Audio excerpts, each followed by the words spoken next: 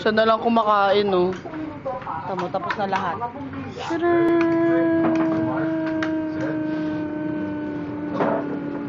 Magkano? Tapos pagdating sa kanya, chirin, kumakain pa.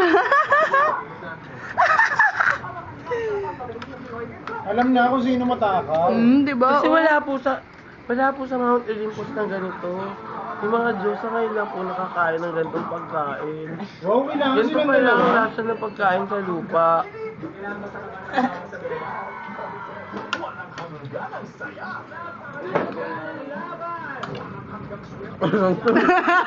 Doon ako eh.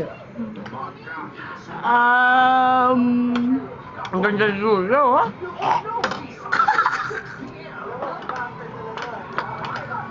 Baya, balang mo mga trabaho abroad?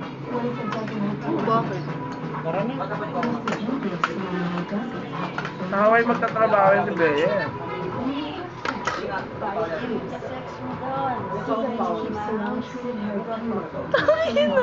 Takip-takip pa siya.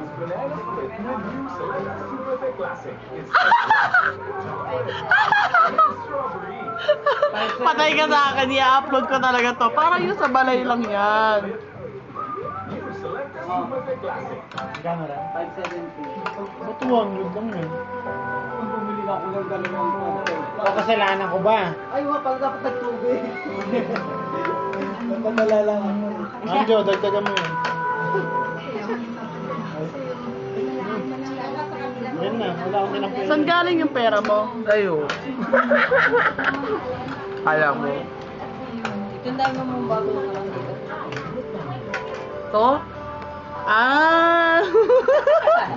Ito na siya dito, 370 ako.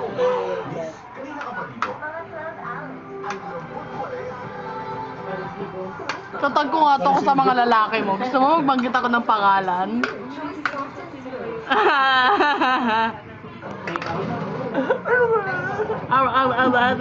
Kami. Alam mo yung nagpa-take out eh, pwede magpa-deliver sa atin. Diba? Ano? Kasi alam mo naman, dalawa lang kami sa gabi na. Di pala kayo ano?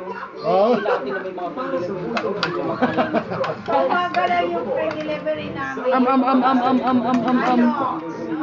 Wag nga kaya itong gagawin ko. Ayun na. Hindi mo na alam sa'yo. Boo!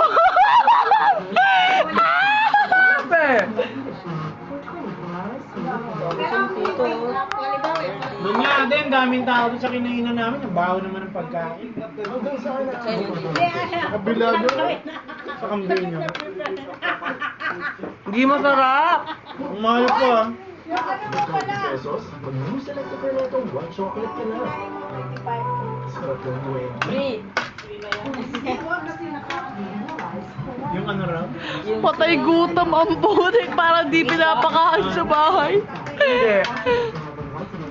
Hindi ako masasulo ko eh. Sunahin na isda. Hindi ko ba? Anong isda yan ate? Ano muna din. Anong isda? Pao. Sa madurog yung dinig. Iloto na siya. Ikaw mo nga ako, hindi mo ha. Beya. Pagin naman akong tubig. Sarap, bitch. Yes, sarap.